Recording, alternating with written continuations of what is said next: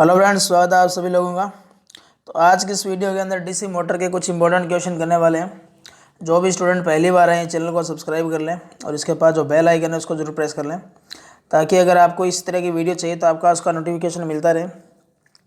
तो आइए स्टार्ट करते हैं। पहला क्वेश्चन दे रखा है कि डीसी मोटर में दिक् परिवर्तक का कार्य क्या है। दिक् परिवर्तन नहीं है, दिक् परिवर्तक होगा यहाँ पे, यानी कि आपसे कम्यूटेटर के बारे में पूछ रहा है कि कम्यूटेटर जो होता है वो काम क्या करता है। तो कम्यूटेटर जो होता है ये डीसी मोटर के अंदर काम क्या करता है। जो डीसी सप्लाई आप लोग देते हो उसको आर्मेचर में क्या करता है, एसी में चेंज करता है। यानी कि ये जैसे मान लिया सीरीज मोटर है, जब आप लोग यहाँ डीसी सप्लाई दोगे तो फील्ड में डीसी सप्लाई होगी, लेकिन आर्मेचर में क्या सप्लाई जाएगी, एसी।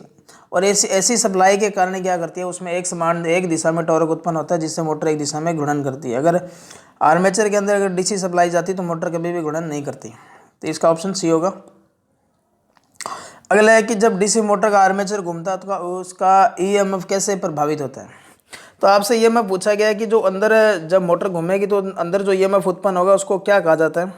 तो उसको बैक ईएमएफ कहा जाता है या पस्ट ईएमएफ कहा जाता है, क्योंकि बैक ईएमएफ जो होगा इसका दूसरा नाम एक और मैं बता देता हूँ, काउंटर ईएमएफ भी कहा जाता है। काउंटर का मतलब होता है विरोधी और बैक का मतलब भी क्या होता है, जो सप्लाई वोल्टेज का विरोध करेगा। अगला है डीसी मोटर की गति बढ़ने पर क्या होगा। तो देखो डीसी मोटर की गति बढ़ने पर देखो क्या होगा, तो बैक ईएमएफ बढ़ेगा या घटेगा, यहाँ से आपको ये दिया है। तो स्पीड बढ़ेगी तो बैक ईएमएफ बढ़ेगा। और आर्मेचर करंट की अगर अपनी बात करें तो V minus E B upon में आ रहा है। तो बैक ईएमएफ बढ़ेगा तो टोटल वोल्टेज जो क्या होगी, घटेगी, और लाइन धारा का मान भी क्या होगा, घटेगा। तो गति बढ़ने पर क्या होगा, बैक ईएमएफ तो क्या होगा, बढ़ता है, लेकिन लाइन धारा का मान घटता है। अगला क्वेश्चन है कि निम्न में से किस मोटर की शून्य भार पर गति उच्चतम होती है। ऐसी कौन सी मोटर होती है जो नो लोड पर क्या सबसे ज़्यादा गति देती है। तो सीरीज मोटर जो होगी आपने देखा भी होगा, ये लैबों के अंदर इसका ब्रेक टेस्ट किया जाता है। तो यहाँ ए अच्छा राइट आंसर होगा। अगला है डीसी श्रेणी मोटर की घूर्णन दिशा का उत्क्रमित कैसे करेंगे। मतलब एक डीसी सीरीज मोटर है, उसकी घूर्णन दिशा है, उसको आपको बदलना है, तो किस तरीके से बदलेंगे। तो इसके लिए आप या तो आर्मेचर या फील्ड दोनों में से किसी के एक टर्मिनल बदलेंगे। तो आर्मेचर या फील्ड का मतलब दोनों में से किसी एक के बदलेंगे। अगला क्वेश्चन है कि निम्न में से किस अनुप्रयोग में अधिकतम स्टार्टिंग टॉर्क की आवश्यकता होती है। तो देखो लेथ मशीन होगी, अब केंद्रीय स्विच पंप हो गया, ठीक है, एयर ब्लोअर हो गया। तो यहाँ इनमें सबसे ज़्यादा जो लोकोमोटिव होते हैं, रेलगाड़ियाँ जो होते हैं, वहाँ स्टार्टिंग टॉर्क हाई चाहिए, क्योंकि इसको आपको भार पर स्टार्ट करना है। तो सी ऑप्शन आपका राइट होगा। अगला किस सामग्री से डीसी मोटर का आर्मेचर बनाते हैं। चाहे आपका डीसी मोटर हो, चाहे डीसी जनरेटर हो, चाहे 3 फेज मोटर हो, उन सभी के अंदर जो आर्मेचर जो होता है वो लेमिनेटेड सिलिकॉन स्टील की पत्तियों का बना होता है। अगला दे रखा है कि डीसी शंट मोटर जो है चलते समय उसका क्षेत्र कुंडन ओपन हो जाए तो क्या होगा। जैसे ये मान लिया कि डीसी शंट मोटर है, इस तरीके से अगर शुरुआत के अंदर ये वाइंडिंग ओपन होगी तो मोटर कभी स्टार्ट नहीं होगी, लेकिन चलते समय अगर ऐसा हो जाता है तो क्या होगा कि ये वाइंडिंग ओपन होगी, इसका मतलब फील्ड का फ्लक्स क्या हो गया, शून्य। तो फील्ड का फ्लक्स शून्य होगा तो मोटर की गति क्या होगी, बढ़ जाती है। तो ये चलती कंडीशन के अंदर होगा, शुरुआत के अंदर अगर आपसे पूछा जाता तो मोटर स्टार्ट नहीं होगी। अगला डीसी मोटर में बैक ईएमएफ किसके समानुपाती होता है।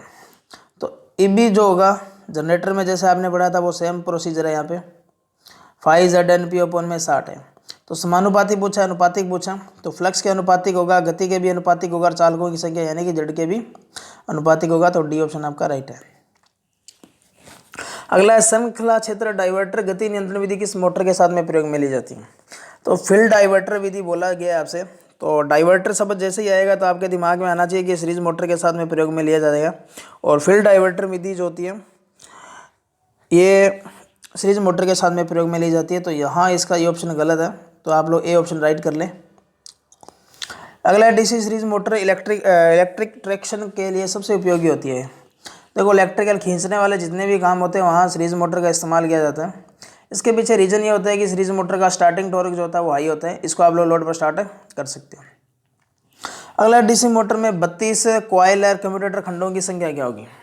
तो ये मैंने आपको जब कम्यूटेटर बताया था डीसी जनरेटर के अंदर, उसमें मैंने आपको बताया था कि जो कम्यूटेटर जो होगा उसमें ये खंड जो होंगे, जैसे ये खंड बने होते हैं, तो इनकी जो संख्याएं जो होती है वो वाइंडिंग के अंदर जो कुंडलियाँ जो होगी कि कितनी कॉइल होगी उसके ऊपर क्या करती है, इसकी निर्भर करती है। तो 32 खंड होंगे तो 32 ही क्या होगी, कॉइल होगी। अगला है समान एचपी रेटिंग और पूर्ण भार गति के लिए निम्न में से कौन सी मोटर का स्टार्टिंग टॉर्क सबसे खराब होगा। तो डिफरेंशियल कंपाउंड मोटर जो होती है इसका स्टार्टिंग टॉर्क सबसे खराब होता है और सीरीज मोटर का सबसे अच्छा होता है। अगला है निम्न में से किस डीसी मोटर को सदैव निर्भार पर चालू करने की सलाह दी जाती है। तो ऐसी कौन सी मोटर है जिसको आप लोग नो लोड पर स्टार्ट करोगे। तो डीसी शंट होगी, क्योंकि इसका स्टार्टिंग टॉर्क क्या होता है, कम होता है। डिफरेंशियल का तो आप कहीं भी यूज़ भी नहीं करते। अगला है डीसी मोटर के आर्मेचर में बहने वाली धारा निम्न के प्रत्यक्ष अनुपातिक होती है। तो देखो डीसी मोटर के अंदर जो आर्मेचर करंट होगी वो किसके समानुपात में होगी। तो यहाँ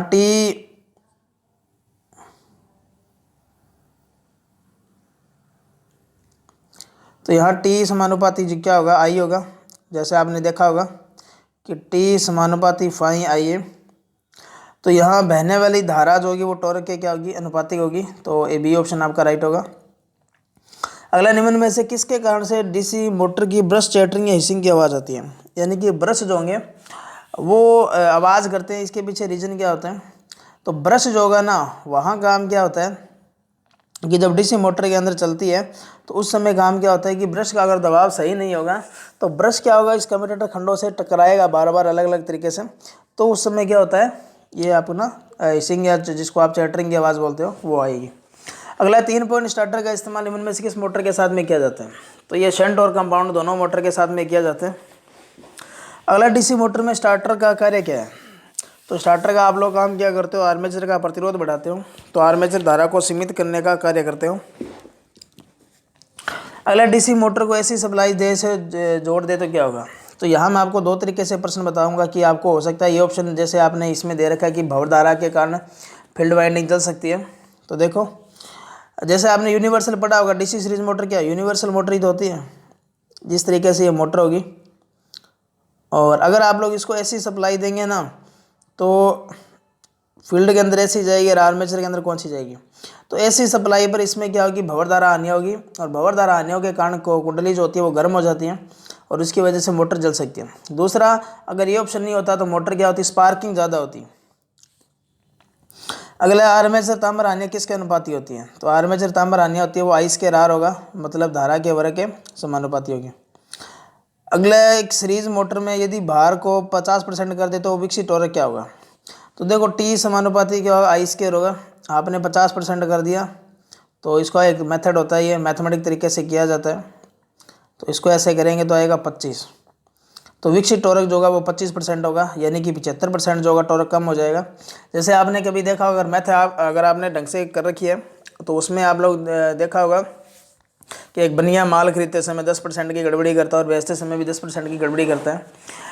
या एक व्यक्ति की आय 10% बढ़ जाती है और उसका खर्चा इतना बढ़ जाता है तो उसकी टोटल आय पर क्या प्रभाव पड़ेगा, या उसकी पहले आय इतनी बढ़ा दी गई फिर इतनी कम कर दी गई। तो ये सारे जो सवाल होते हैं इसी मेथड से किए जाते हैं। अगला, डीसी मोटर के आर्मेचर में विकसित शक्ति क्या होगी। आर्मेचर में जो पावर डेवलप होती है उसको EB × IA कर लिखा जाता है। तो बैक EMF और आर्मेचर धारा के गुणनफल के समानुपाती होगी।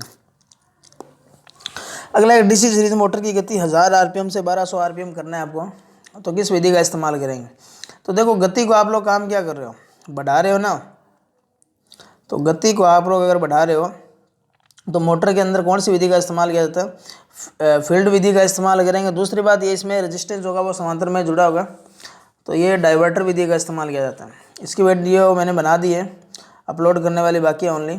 तो ये जब मैं आपको ये वीडियो प्रोवाइड कराऊंगा तो उसमें आप देख लेना किस तरीके से ये जो गतियाँ चेंज होती हैं।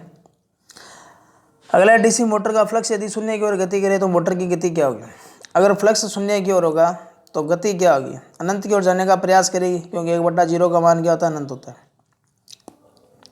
अगला निम्न में से किस मोटर के लिए स्टार्टिंग टॉर्क से फुल लोड टॉर्क का अनुपात जो होता है सबसे न्यूनतम होता है। तो इसमें स्टार्टिंग टॉर्क और जो फुल लोड टॉर्क जो होता है इनका जो अनुपात जो सबसे कम जो होता है वो शंट मोटर के लिए होगा। तो बी ऑप्शन आपका यहाँ राइट होगा। अगला है डीसी श्रेणी मोटर की गति। तो सीरीज मोटर की जो स्पीड होती है वो किसके अनुपातिक होती है। तो डीसी सीरीज मोटर की जो गति होगी ना, तो देखो N समानुपाती क्या होगा, I होगा, क्योंकि धारा बढ़ेगी तो मोटर की गति क्या होगी, घटेगी। तो विपरीत अनुपातिक होगी। तो सी ऑप्शन आपका यहाँ राइट होगा। अगला डीसी मशीन में पोल शू का निम्न में से कौन सा कार्य नहीं है। तो देखो समरूप चुंबकीय क्षेत्र उत्पन्न करता है, प्रतिष्ठम भी प्रदान करता है, कम प्रतिष्ठम करता है। चुंबकीय पथ का प्रतिष्ठम कम करना है, यहाँ पे ध्यान रखना। लेकिन वो भंवरदार हानियाँ कम नहीं करता, प्रतिष्ठम कम करना। ये भंवरदार हानियाँ कम नहीं करता, भंवरदार हानियाँ लेमिनेशन कम करता है। अगला है सीरीज मोटर का आर्मेचर टॉर्क जो होगा किसके समानुपाती होगा? तो टी समानुपाती क्या होगा? फाई आई ए होगा। इसका मतलब ये दोनों के समानुपाती होगा। अगला डीसी सीरीज मोटर में फील्ड कुंडलन के लक्षण क्या होंगे? तो सीरीज मोटर के अंदर जो फील्ड वाइंडिंग होती है वो सीरीज वाइंडिंग कहलाती है। आर्मेचर के श्रेणी में जोड़ा जाता है, तो इसे मोटा तार और कम टर्न की बनाया जाता है। अगला शंट कुंडली में निम्न धारा प्रवाहित होती है, लेकिन उसका प्रबल चुंबकीय क्षेत्र तैयार होता है। इसके पीछे कारण क्या है? तो देखो चुंबकीय क्षेत्र जो होता है वो इसमें टर्नों जो होते हैं उसकी संख्या पर डिपेंड करेगा। तो यहाँ टर्नों की संख्या होगी, क्योंकि एल बराबर जो है N square mu A upon में एल होगा। तो यहाँ एल जो होगा वो N square mu A upon में क्या एल होगा। मतलब टर्नों की संख्या बढ़ी तो एल बढ़ेगा, और एल बढ़ेगा तो एक्सएल बढ़ेगा, और एक्सएल जब बढ़ता है तो वो काम क्या करते हैं, उसमें चुंबकीय ऊर्जा ज़्यादा स्टोर होगी। अगला क्वेश्चन है कि डीसी मशीन में इंटरपोल व आर्मेचर कुंडल के मध्य वायु अंतराल होता है। तो देखो ये आपने जनरेटर के अंदर भी पढ़ा था, सेम जो है क्वेश्चन है वहाँ पे भी। इस तरीके से क्या होता है, ये मेन पोल होंगे और ये क्या होंगे, इंटरपोल होंगे। अब बीच में आर्मेचर पड़ा है, तो देखो मुख्य पोल के सम्मुख कम एयर गैप जो होगा आर्मेचर और इंटरपोल के मध्य, मुख्य पोल के नीचे तो कम होगा। देखो मेन पोल के नीचे एयर गैप कम होगा, और इंटरपोल छोटे होंगे तो इनके मध्य क्या होगा, एयर गैप ज़्यादा होगा। तो ए ऑप्शन आपका यहाँ राइट होगा। अगला चलते समय प्रेरित ईएमएफ जो होता है उसका उद्देश्य क्या होता है एक डीसी मशीन के अंदर? तो ये काम क्या करता है, जो सप्लाई वोल्टेज होती है उसका क्या करता है, विरोध करता है। अगला एक डीसी डिफरेंशियल कंपाउंड मोटर है, 1000 आरपीएम पर चल रही है। यदि श्रेणी परिपथ को शॉर्ट कर दिया जाए तो पूर्ण भार पर गति क्या होगी? तो देखो डिफरेंशियल कंपाउंड मोटर है, तो फाइन टी बराबर क्या होगा, phi S H minus phi S C. अगर आपने इसको शॉर्ट कर दिया तो इसमें फ्लक्स क्या होगा, शून्य। इसका फ्लक्स शून्य होगा तो टोटल फ्लक्स क्या हो जाएगा, बढ़ जाएगा। और टोटल जब फ्लक्स बढ़ेगा तो मोटर की गति क्या होगी, घटेगी। तो 1000 आरपीएम आपका इसका राइट आंसर होगा, 1000 आरपीएम से कम। अगला दे रखा है कि 200 वोल्ट डीसी एक शंट उत्तेजित मोटर है जो 1200 आरपीएम पर चल रही है। हानियों और सहतृप्तियों का अनदेखी देखी करते हुए जब मोटर को 175 वोल्ट आरपीएम पर प्रदाय किया जाता है तो इस मोटर की चाल क्या होगी? तो यहाँ आप लोग इसको इस तरीके से कर सकते हो, ई बी बराबर क्या एन, और क्योंकि ई बी समानुपाती फाइन जेड एन पी होता है, और ई बी बटा में एन, ये E1 E2 N1 N2, इसको जब हल करेंगे तो आपका जो राइट आंसर होगा यहाँ 1050 आरपीएम आ जाएगा। अगला निम्न में से डीसी मोटर के क्षेत्र ताम्र हानियाँ स्थिर है। निम्न में से किस डीसी मोटर में ताम्र हानियाँ होती है वो बदलती नहीं है? तो सोच के देखें। देखो शंट मोटर जो होती है ना उसके अंदर ये हानियाँ चेंज नहीं होती, क्योंकि शंट मोटर के अंदर धारा का मान चेंज नहीं होता फील्ड के अंदर, क्योंकि वो समांतर में जुड़ी होती है। अगला डीसी मोटर के अंदर, डीसी मोटर में कोर हानि किस भाग में होती है? कोई नहीं है, कोर है यहाँ। तो कोर हानि हमेशा क्या होती है, आर्मेचर में होती है। अगला एक डीसी शंट मोटर के क्षेत्र उत्तेजन को 5% बढ़ा दिया जाए तो गति क्या होगी? आप लोग काम क्या कर रहे हो, जो फील्ड वाइंडिंग है तो उसके आप फ्लक्स को क्या करते हो, 5% बढ़ाओगे तो मोटर की गति भी क्या होगी, 5% घट जाएगी। अगला डीसी शंट मोटर में भार को आधा कर दे तो टॉर्क क्या हो जाएगा? तो ये अपनों ने अभी सवाल किया भी था कि भार धारा 50% कर दी जाए तो टॉर्क वहाँ 25% निकाला था। इसका मतलब कितना हो जाएगा, 1/4। और वैसे भी करके देख सकते हो, टी समानुपाती आई होगा तो आपने धारा को क्या कर दिया, आधा, और आधा का जब स्क्वायर करेंगे तो 1/4 होगा। अगला डीसी मोटर पर चालक पर लगने वाले बल की दिशा किस नियम से ज्ञात की जाती है? तो इसके लिए फ्लेमिंग का जो लेफ्ट हैंड रूल है इसका इस्तेमाल किया जाता है। अगला दे रखा है कि एक लॉन्ग शंट कंपाउंड मोटर है, 400 वोल्टेज पर 100 एम्पीयर की भार धारा लेती है और शंट फील्ड का प्रतिरोध 200 ओम है, तो आर्मेचर करंट क्या होगी? तो देखो मोटर है, लॉन्ग शंट है इस तरीके से, ठीक है। अब देखो फील्ड का प्रतिरोध 200 है और कंपाउंड वोल्टेज कितनी है, 400। इसका मतलब इसके अंदर कितनी करंट जाने वाली है, 2 एम्पियर। और आर्मेचर धारा पूछिए, लोड धारा कितनी है, 100। तो देखो यहाँ से 100 एम्पियर की करंट आ रही है तो इसमें 2 चलेगी तो आर्मेचर में कितनी जाएगी, 98। तो यहाँ आपका सी ऑप्शन राइट होगा। अगला है डीसी मशीन में ब्रशों पर स्पार्किंग का मुख्य उद्देश्य क्या होता है। तो ब्रशों पर जो स्पार्किंग जो होता है ना, या तो कम्यूटेटर जो होता है उसका असंतुलन है कि ब्रश के साथ में सही कांटेक्ट नहीं बन रहे, या आपने पढ़ा होगा कम्यूटेशन जो होता है, या आर्मेचर रिएक्शन होती है। तो ये 3 रीजन होते हैं जिसके कारण ब्रशों पर स्पार्किंग होती है। अगला एक डीसी सीरीज मोटर की गति 1200 आरपीएम है और इसकी गति को आपको 1500 आरपीएम तक बढ़ाना है। तो आप लोग काम क्या करेंगे, तो इसके लिए फील्ड डाइवर्टर विधि का इस्तेमाल किया जाता है और जो फील्ड जो होती है इसके समांतर में काम किया जाता है, एक प्रतिरोध को जोड़ा जाता है। अगला क्वेश्चन काफ़ी इंपॉर्टेंट है। अगला है गति नियंत्रण की जो वार्ड लियोनार्ड है, ये वार्ड लियोनार्ड विधि में गति नियंत्रण संपन्न किया जाता है। तो इसमें जो गति का जो नियंत्रण किया जाता है, वो जो जनरेटर से जो वोल्टेज निकलती है वो मोटर को दी जाती है। तो मोटर की आर्मेचर वोल्टेज होती है उसको चेंज करके ये काम किया जाता है। तो सी ऑप्शन आपका राइट होगा। अगला निम्न में से किस डीसी मोटर का गति नियमन सबसे खराब होता है। तो गति नियमन जिसका मतलब भार के कारण गति क्या होती है, कम हो जाती है।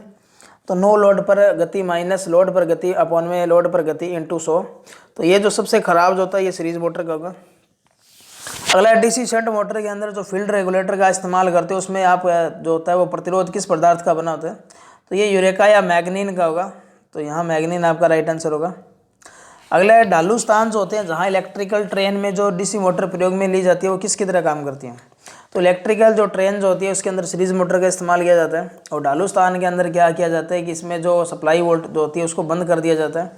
तो मोटर जब घूमेगी ना, तो रोटर जब घूमेगा तो फील्ड का जो फ्लक्स काटेगा तो वो काम क्या करता है, वहाँ पे वोल्टता को देने का काम करता है। तो इस समय सीरीज जनरेटर की तरह काम करेगा। अगला डीसी जनित्र के अंदर जो यांत्रिक आउटपुट होता है वो किसके बराबर होगा। तो आउटपुट क्या होगा, इनपुट में से हानियां माइनस कर दें आप लोग तो आपको आउटपुट मिल जाएगा। जैसे आपका 100 नंबर का टेस्ट हुआ, आपने 80 नंबर लिए, तो आपको 80 बराबर कैसे मिलेगा, 80 बराबर मिलेगा 100 माइनस 20। तो 100 आपका इनपुट था, 20 आपने हानियां होगी, तो आपका आउटपुट कितना होगा 80। तो मोटर में हानियां कौन कौन सी होती है, तांबर हानियां, लो हानियां, घर्षण हानियां। तो यानी कि इनपुट में से अगर आप ये हानियों को माइनस कर देंगे तो आपको आउटपुट मिल जाएगा। अगला शंट तथा कंपाउंड मोटर की तुलना में सीरीज जो मोटर जो होती है उच्च स्टार्टिंग टॉर्क विकसित करती है, इसके पीछे रीजन क्या होता है। तो यहाँ आपको देखो शंट और कंपाउंड मोटर की तुलना में सीरीज मोटर जो स्टार्टिंग टॉर्क विकसित करती है। तो यहाँ इसके पीछे रीजन है मजबूत सीरीज क्षेत्र नहीं है, ये ऑप्शन गलत है यहाँ पे। तो जो होती है आर्मेचर करंट होती है, टी समानुपाती आई स्क्वायर होगा, आई के स्क्वायर के समानुपाती होगा। तो सी ऑप्शन आपका यहाँ राइट होगा। अगला 3 पॉइंट स्टार्टर का प्रयोग किस मोटर के साथ में किया जाता है। तो ये क्वेश्चन दोबारा आ चुका है। तो शंट और कंपाउंड के साथ में किया जाता है। अगला 3 पॉइंट स्टार्टर में एनवीसी कैसे जुड़ी होती है। तो 3 पॉइंट जो स्टार्टर होगा उसमें एनवीसी देखो किस तरीके से जुड़ी होती है।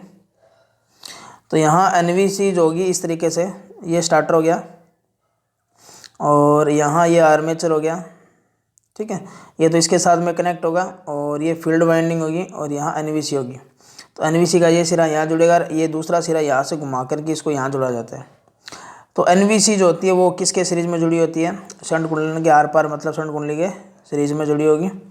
तो यहाँ सी ऑप्शन आपका राइट होगा। तो ये 50 इंपॉर्टेंट क्वेश्चन थे। अगली वीडियो में इसके अंदर भी कुछ और इंपॉर्टेंट क्वेश्चन करने वाले हैं। क्वेश्चनों की संख्या बहुत ज़्यादा है और इसकी PDF फाइल जो होगी वो हम थोड़ी दिनों में आपको प्रोवाइड करवाएंगे, मतलब 1 या 2 दिनों के अंदर। तब तक आप वीडियो को पूरा देखें, देखते रहिए। धन्यवाद। जय हिंद, जय भारत।